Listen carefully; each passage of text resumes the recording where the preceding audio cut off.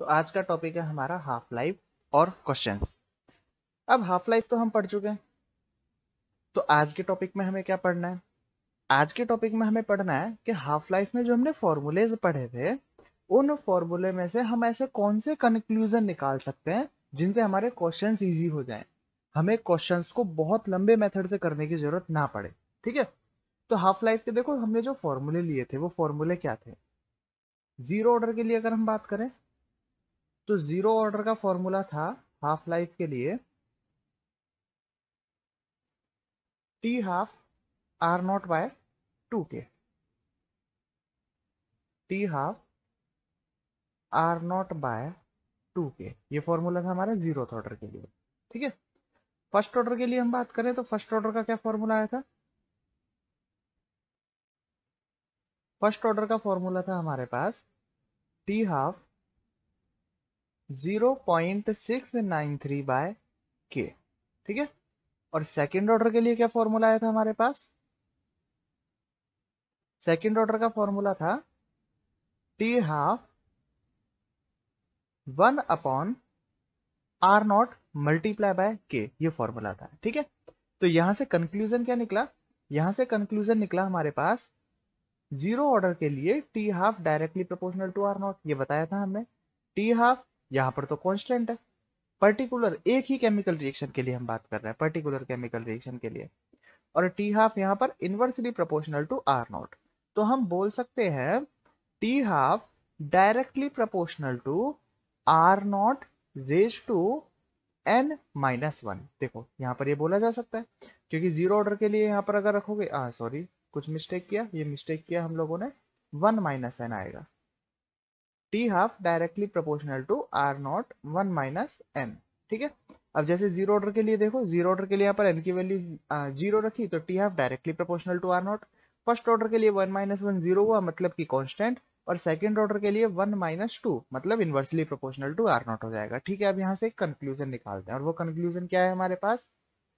वो कंक्लूजन हम इस लाइन के रेस्पेक्ट में सीखेंगे। अब ये लाइन क्या है, देखो इसे समझाता हूं मैं। हमने एक लाइन ड्रॉ किया है, इस लाइन को हम एक केमिकल रिएक्शन मानते हैं। मतलब इस पॉइंट पर अभी t इक्वल टू 0 है, तो यहां पर ओनली रिएक्टेंट है, मतलब रिएक्शन कितना कंप्लीट हुआ है? यहाँ पर रिएक्शन ओनली 0% कंप्लीट हुआ है यहाँ पर। ठीक है, और जब ये पॉइंट यहाँ पहुंच जाएगा, मतलब रिएक्शन कितना हो जाएगा? ये 100% कंप्लीट हो जाएगा, 0 से, और 100% रिएक्शन के लिए हमने एक लाइन ड्रॉ किया। ठीक है, टी हाफ का मतलब क्या होता है? टी हाफ का मतलब है कि इनिशियल कंसेंट्रेशन का आधा रह जाए। ठीक है, जब हमारे पास final concentration initial concentration sorry हाँ, जब हमारे पास फाइनल कंसेंट्रेशन इनिशियल कंसेंट्रेशन का आधा हो जाए, उसी को हम क्या बोल रहे हैं? T half. ठीक है, मतलब रिएक्टेंट की कंसेंट्रेशन 0 से और 50% यहां तक हो गई, मतलब रिएक्शन कितनी कंप्लीट हो गई? अभी हमारे पास 50% रिएक्शन यहाँ पर कंप्लीट हो गई। ठीक है, 50% कंप्लीट हुई। अब बाकी की बची 50 से 100 तक। अब 50 से 100 तक का 50% कितना होगा? वो बचेगा हमारे पास ये 75%। ठीक है, 50 से 100 तक का 50% निकाला है हमने। अब बाकी का बचा हुआ पार्ट, मतलब मैं सिर्फ इस पार्ट की बात कर रहा हूं, यहां से और यहां तक का 50% कौन सा पॉइंट होगा? ये पॉइंट होगा। और ये पॉइंट कितना हो जाएगा हमारे पास? ये पॉइंट हो जाएगा 87.5%। ठीक है, अब बाकी का बचा हुआ कितना होगा हमारे पास? मतलब मैं अब सिर्फ इस पार्ट की बात कर रहा हूं, वो पॉइंट होगा हमारे पास ये। और वो पॉइंट कितना होगा? वो पॉइंट होगा लगभग हमारे पास 92.75 के आसपास पॉइंट होगा हमारे पास, नियरली इतना ही होगा। ठीक है, परसेंटेज। ओके, चलो अब इसके बारे में हम बात कर लेते हैं। ठीक है, अब देखो यहां पर मैं हाफ साइकिल की बात कर रहा हूं। हाफ साइकिल का कहने का मतलब, जैसे रिएक्शन 50% कंप्लीट होने में ये टी हाफ हुआ, एक हाफ साइकिल लगा। ठीक है, अब बची हुई रिएक्शन को कंप्लीट होने में, मतलब 50 से 100 का आधा कितना है? यहां से 75, यहां तक एक और हाफ साइकिल लगेगा। 75 से 87.5 तक जाने में, मतलब ये भी आधा हुआ, तो ये भी एक हाफ साइकिल, ये भी एक हाफ साइकिल, कंटिन्यूस तरीके से हाफ साइकिल होते चले जाएंगे। ठीक है, मतलब हम 100% तक पहुंच नहीं पाएंगे, 92.75 से 100 का भी आधा करना पड़ेगा, फिर बचा हुआ उसका भी आधा करना पड़ेगा, और सब में कितना कितना टाइम लगेगा? एक एक हाफ साइकिल सभी के अंदर यहाँ पर लगेगा। ठीक है, अब ये किस तरीके से होगा देखो, हम बात करते हैं फर्स्ट ऑर्डर, सेकंड ऑर्डर और जीरो ऑर्डर के लिए। फॉर जीरो ऑर्डर, इसे हम थोड़ा सा पार्ट में डिवाइड कर लेते हैं। Zero order, first order and ये सेकंड ऑर्डर। अच्छे से समझना, ये क्वेश्चन को बहुत इजी करने वाला है ये कंसेप्ट। यहां से यहां तक का जो पार्ट है, ये पार्ट है हमारे पास फर्स्ट हाफ साइकिल का पार्ट, जिसमें रिएक्शन, कंप्लीट रिएक्शन का आधा। ठीक है, अब देखो बचा कितना, 50 से 100, उसका आधा कितना हुआ हमारे पास, ये सेकेंड हाफ साइकिल। ठीक है, उसके बाद ये हमारे पास ये third half cycle and so on, ऐसे कंटिन्यू चलते चले जाएंगे। ठीक है, अब हम बात करते हैं अलग अलग ऑर्डर के लिए, जीरो ऑर्डर, फर्स्ट ऑर्डर और सेकेंड ऑर्डर के लिए। ये फर्स्ट हाफ साइकिल के लिए लाइन, ये सेकेंड हाफ साइकिल के लिए लाइन, ये थर्ड हाफ साइकिल के लिए लाइन, और इस तरीके से आगे कंटिन्यू। ठीक है, फर्स्ट ऑर्डर के लिए देखो यहां पर क्या लिखा हुआ है, T half directly proportional to R naught. इसका मतलब क्या है कि जैसे जैसे इनिशियल कंसेंट्रेशन आधी हो जाएगी तो टी हाफ भी आधा हो जाएगा। डायरेक्टली प्रोपोर्शनल है, मतलब कंसेंट्रेशन आधी होती चली जाएगी तो टी हाफ भी आधा होता चला जाएगा। मतलब जैसे अगर स्टार्टिंग में हमारे पास रिएक्टेंट देखो 0% कंप्लीट, ये 0% का मतलब क्या है, रिएक्शन 0% कंप्लीट है, यहाँ 100% कंप्लीट हो गई। रिएक्टेंट की बात करें तो रिएक्टेंट का कंसेंट्रेशन कितना है, यहाँ 100%, यहाँ कितना है, आधा हो गया, 50% रह गया। अब 75 अगला हाफ साइकिल, मतलब 50 का भी आधा हुआ, मतलब ये 25% रह गया। अब 25 का भी आधा, मतलब ये 12.5% रह गया। इसके आगे 6.25% रह गया, और लास्ट में आते आते 0% रह गया। ये रिएक्टेंट का है हमारे पास कंसेंट्रेशन। तो देखो जैसे जैसे रिएक्टेंट का कंसेंट्रेशन आधा होगा, टी हाफ भी आधा हो जाएगा। मतलब जब 100% था तो मैं इसका हाफ लाइफ टी मान लिया, कैपिटल टी, हाफ लाइफ। ठीक है, अब अगले हाफ साइकिल में रिएक्टेंट का कंसेंट्रेशन तो 50% है, जो कि पहले वाले का आधा है, तो अगला हाफ साइकिल आधा हो जाएगा। ठीक है, समझ में आया। अब नेक्स्ट हाफ साइकिल की बात करो, अब ये 50 का भी 25 रह गया, मतलब इसका भी आधा हो गया, तो अगला हाफ साइकिल उसका भी आधा रह जाएगा, T2/4 हो जाएगा। ठीक है, तो जैसे जैसे हम आगे आगे चलते जाएंगे, नेक्स्ट हाफ साइकिल उसकी हाफ लाइफ आधी होती चली जाएगी, क्योंकि zero order reaction initial concentration पर डिपेंड करता है। ठीक है, फर्स्ट ऑर्डर के लिए बात करते हैं। फर्स्ट ऑर्डर में तो क्लियरली लिखा हुआ है T half is equal to constant, मतलब ये इनिशियल कंसेंट्रेशन पर डिपेंड ही नहीं है।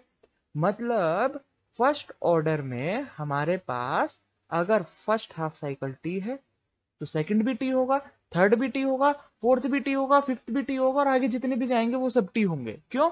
क्योंकि ये तो रिएक्टेंट की कंसेंट्रेशन पर डिपेंड ही नहीं करता। रिएक्टेंट की कंसेंट्रेशन चाहे बढ़ाओ चाहे घटाओ, हाफ साइकिल इसका उतना ही रहने वाला है। ठीक है, सेकंड ऑर्डर की बात करें, सेकंड ऑर्डर में लिखा हुआ है T half inversely proportional to R naught.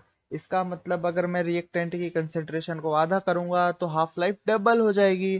तो इसका मतलब ये हुआ कि अगर पहला हाफ साइकिल टी था तो अगले हाफ साइकिल में रिएक्टेंट की कंसेंट्रेशन आधी हो गई, तो ये कितना हो जाएगा कि 2T।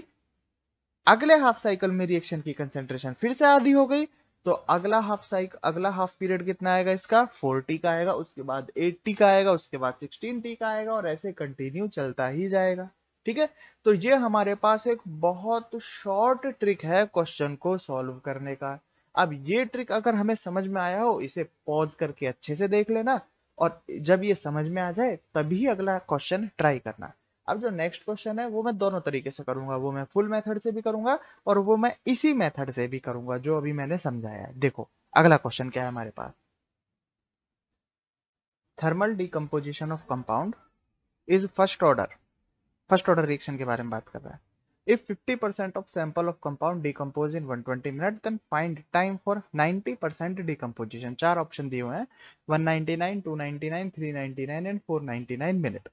मतलब अगर 50% रिएक्शन को होने में, 50% कंपाउंड को डिकम्पोज होने में 120 मिनट लगते हैं, तो 90% कंपाउंड को डिकम्पोज होने में कितना टाइम लगेगा फर्स्ट ऑर्डर के थ्रू। ठीक है, करते हैं सॉल्यूशन इसका।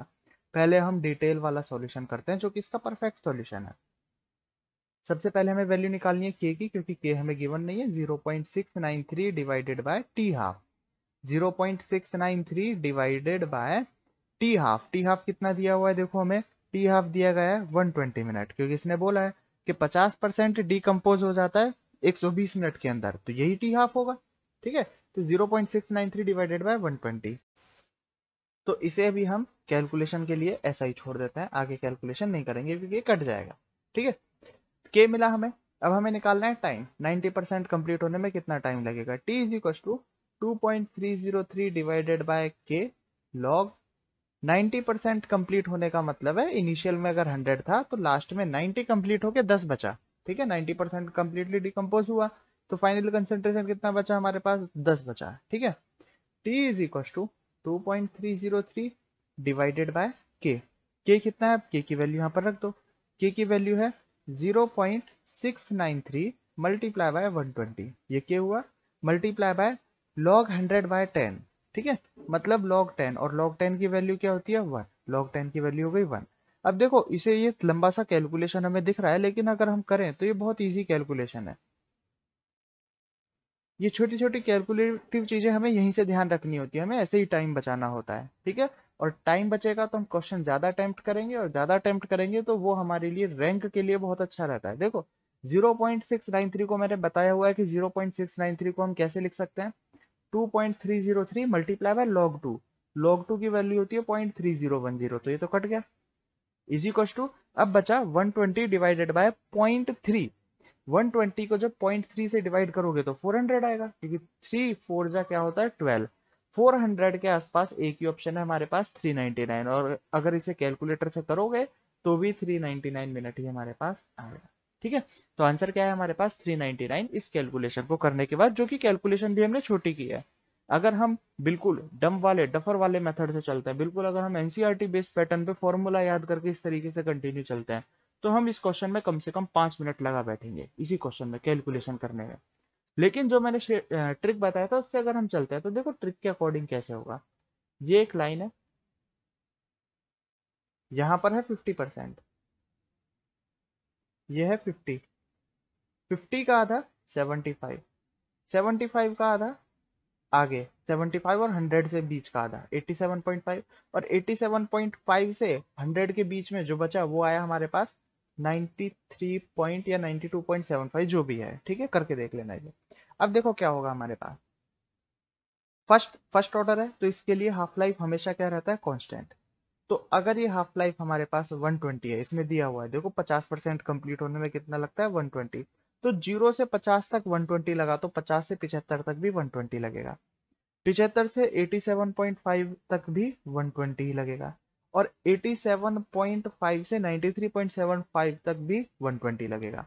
तो अब कैलकुलेट करो, देखो 87.5 तक कंप्लीट होने में कितना टाइम लगा 360, 93.75 तक कंप्लीट होने में कितना लगा, चारों 120 को ऐड कर लो, यह आएगा हमारे पास 480। हमसे क्या पूछा गया 90% कंप्लीट होने में, तो आंसर 360 और 480 के बीच का होना चाहिए। और 360 और 480 के बीच का रेंज में देखोगे तो एक ही ऑप्शन है हमारे पास, और कोई ऑप्शन ही नहीं है, बाकी सब रेंज से ही बाहर है। तो आंसर क्या होगा हमारे पास 399, डायरेक्ट आंसर आ जाएगा। ठीक है, तो इस तरीके से हम क्वेश्चन को, हाफ लाइफ वाले क्वेश्चन को इस मेथड से इजीली सॉल्व कर सकते हैं। Next question, for the reaction, reaction given है हमें a plus B gives two p, rate is given as, rate law हमें दे दिया r is equal to k a and b raise to 2। How will the rate change if volume of the reactant mixture is reduced to 1/3 of its original volume, volume की बात कर रहा है concentration की नहीं, ध्यान रखना।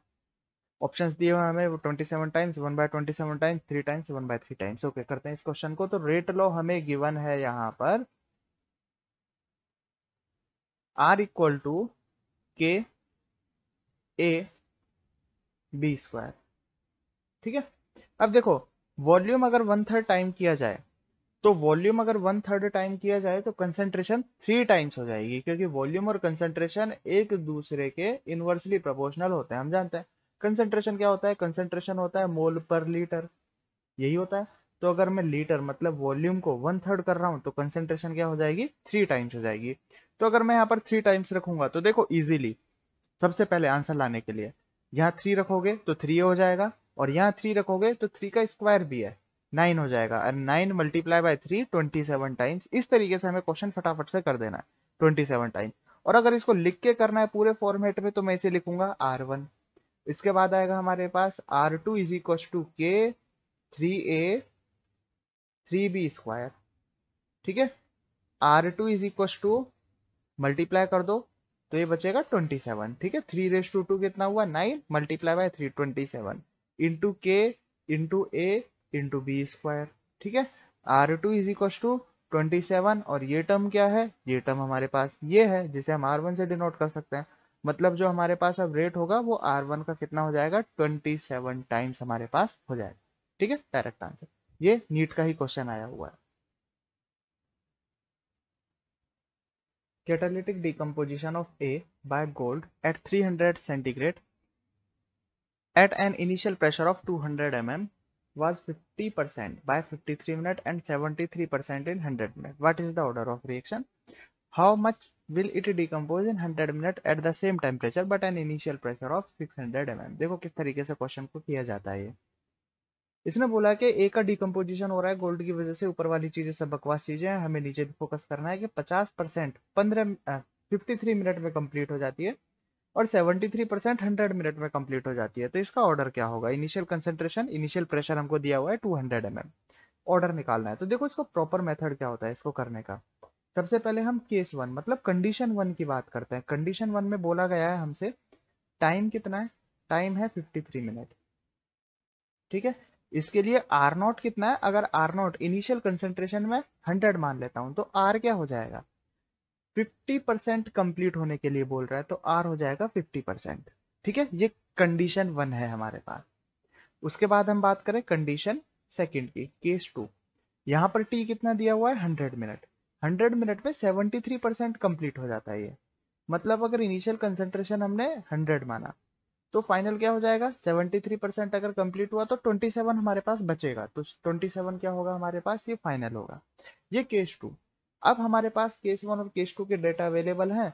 अब ये फर्स्ट ऑर्डर है या सेकंड ऑर्डर वो कैसे पता है लगाया जाता है, वो एक एक करके हिट एंड ट्रायल मेथड से पता लगाया जाता है। मतलब हम क्या करेंगे, हम सबसे पहले जीरो ऑर्डर के लिए यहाँ पर के की वैल्यू निकालेंगे। जीरो ऑर्डर के लिए के का formula K is equal to R naught minus R divided by T. यहाँ पर अगर हम के निकालेंगे तो देखो आर नॉट और आर की वैल्यू रखो और टी की वैल्यू रखो। आर नॉट कितना है हमारे पास 100 और आर है 50। 100 माइनस 50 आएगा 50 डिवाइडेड बाई टी हो जाएगा 53। ये के आया। केस 2 के लिए हम के निकालेंगे तो केस 2 के लिए के क्या होगा, 100 माइनस 27 डिवाइडेड बाय सॉरी हाँ 100 माइनस 27 डिवाइडेड बाय टाइम कितना है यहाँ पर 100। तो ये बचा हमारे पास 73 बाय 100। ठीक है, क्या ये दोनों इक्वल है क्या? अगर ये दोनों देखा जाए, अगर कोई भी रिएक्शन जीरो ऑर्डर रिएक्शन होती है तो थ्रू आउट द रिएक्शन उसके लिए रेट कांस्टेंट की वैल्यू कांस्टेंट होनी चाहिए, तभी तो उसे रेट कांस्टेंट बोला जा रहा है। लेकिन इस इक्वेशन में तो अगर मैं जीरो ऑर्डर का फॉर्मूला लगा रहा हूं तो यहाँ पर के की वैल्यू सेम नहीं आ रही है। अगर के की वैल्यू सेम नहीं आ रही है तो इसका मतलब ये जीरो ऑर्डर रिएक्शन नहीं है। अब हम क्या करेंगे, फर्स्ट ऑर्डर के लिए लगाएंगे। फर्स्ट ऑर्डर के लिए फिर से हमें फॉर्मूला लगाना होगा K is equal to 2.303 by T log R naught by R. तो यहां से हमें के निकालना है, उसके बाद हमें यहां से के निकालना है। अगर ये के सेम आ जाता है तो ये फर्स्ट ऑर्डर रिएक्शन हो जाएगी। अगर के सेम नहीं आता है फिर हम सेकेंड ऑर्डर के लिए ट्राई करेंगे। और जब तक हमारे पास ये के की वैल्यू सेम नहीं आ जाती हम कंटिन्यूसली ट्राई करते ही रहेंगे। ठीक है, इस तरीके से हमें ये क्वेश्चन सॉल्व करने होते हैं प्रॉपर मेथड से। और हमेशा ध्यान रखना जब भी ऐसे क्वेश्चन आए सबसे पहले फर्स्ट ऑर्डर ही ट्राई करना, क्योंकि ऐसे क्वेश्चंस में 70 to 80% जो हमारे पास चांसेस होते हैं वो फर्स्ट ऑर्डर के फॉर्मूले फिट बैठने के ही होते हैं, क्योंकि यही सबसे इंपॉर्टेंट है। फर्स्ट ऑर्डर नहीं आए तो उसके बाद ट्राई करना फिर जीरो ऑर्डर, और अगर जीरो ऑर्डर भी नहीं आए उसके बाद ट्राई करना सेकंड ऑर्डर। ठीक है, वैसे तो हमें एक एक करके ट्राई करना ही है भाई, 0 1 या 2। तो टाइम बचाने के लिए मैं बोल रहा हूँ कि मैक्सिमम केसेस में फर्स्ट ऑर्डर ही आंसर आता है, तो फर्स्ट ऑर्डर के लिए ही हमें सबसे पहले ट्राई करना होता है। अगर फर्स्ट ऑर्डर के लिए के की वैल्यू सेम आ गई दोनों फॉर्मूले से तो फर्स्ट ऑर्डर आंसर आया। अगर नहीं आई तो फिर जीरो ऑर्डर के फॉर्मूले में डालना है। अगर यहाँ से भी नहीं आया तो सेकंड ऑर्डर के फॉर्मूले में डालना है। इस तरीके से क्वेश्चन सॉल्व करना है। ठीक है, अब इसे हम करते हैं थोड़े शॉर्ट मेथड से। शॉर्ट मेथड से कैसे करेंगे, देखो 50% दिखाई देते ही मेरे दिमाग में तुरंत हाफ लाइफ आ जाना चाहिए, और एक बार हाफ लाइफ दिमाग में आ गया तो बस क्वेश्चन चुटकी में सॉल्व हो गया। कैसे सॉल्व करेंगे, देखो इसे मैं यहां से रब कर देता हूं।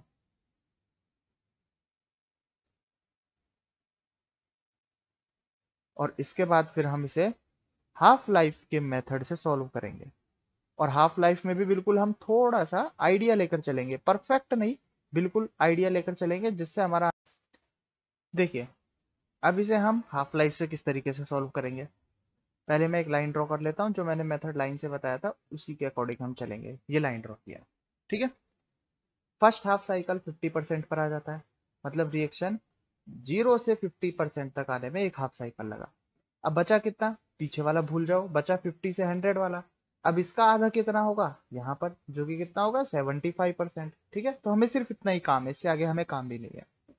अगर ये रिएक्शन जीरो ऑर्डर होती, मान लिया, क्योंकि ऑर्डर तो हमें पता ही नहीं है ना, अगर ये रिएक्शन जीरो ऑर्डर होती तो देखो इसने बोला है कि 50% कंप्लीट होने में 53 मिनट लगते हैं, तो फर्स्ट हाफ साइकिल दिया है 53। और जैसा मैंने पहले लेक्चर में समझाया हुआ है, जीरो ऑर्डर के लिए अगला हाफ साइकिल आधा हो जाता है 53/2। तो 75%, मतलब 0 से और 75% तक एक हाफ साइकिल ये हुआ, दूसरा हाफ साइकिल ये हुआ, तो 75% तक टोटल कितना टाइम लगा, ये टाइम लगा। क्या ये टाइम, देखो अब कंपेयर करते रहे ना, 75% होने में कितना टाइम लग रहा है, 53 प्लस 53/2। 53/2 कितना होगा हमारे पास, ये होगा लगभग 26.5। क्या ये लगभग 100 मिनट के आसपास आ रहा है क्या। भैया मान के चल सकते हैं कि भाई 73% को कंप्लीट होने में अगर 100 मिनट का लग रहा है, तो 75% को कंप्लीट होने में 100 मिनट के आसपास ही लगेगा, ज्यादा से ज्यादा 10 मिनट का अंतर मान लो, 110 या 120 इतना ज्यादा मान लो। लेकिन ये तो 100 मिनट तक भी नहीं पहुंच पा रहा, तो इसका मतलब ये तो आंसर नहीं हो सकता। फर्स्ट ऑर्डर की अगर हम बात करें, फर्स्ट ऑर्डर में देखो क्या होगा, 0 से और 50% कंप्लीट होने में 53। फर्स्ट ऑर्डर के लिए हाफ साइकिल सेम होता है, अगला भी 53। मतलब अगर हम माने तो 53 प्लस 53 इज इक्वल टू होता है 106 मिनट। ये हमारा आंसर हो सकता है, क्योंकि हम बोल सकते हैं कि 50% 53 में कंप्लीट हो रहा है, 75% अगर 106 में हो रहा है, तो 73 में 106 से थोड़ा सा कम टाइम लगना चाहिए, जो कि 100 मिनट के बराबर है। इसका मतलब हमारे पास फर्स्ट ऑर्डर रिएक्शन है। हमें बार बार फॉर्मूले में रख के देखने की जरूरत नहीं है, हम जरा सा आइडिया यहाँ से लगा सकते हैं और आंसर निकाल सकते हैं।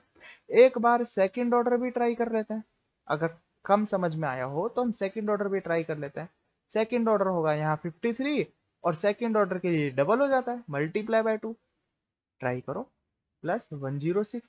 ये तो 159 मिनट पहुंच गए, तो बहुत ज्यादा है, इतना गैप तो नहीं आना चाहिए, तो ये भी गलत है, ये भी गलत है। आंसर क्या होगा हमारे पास, फर्स्ट ऑर्डर इज आंसर।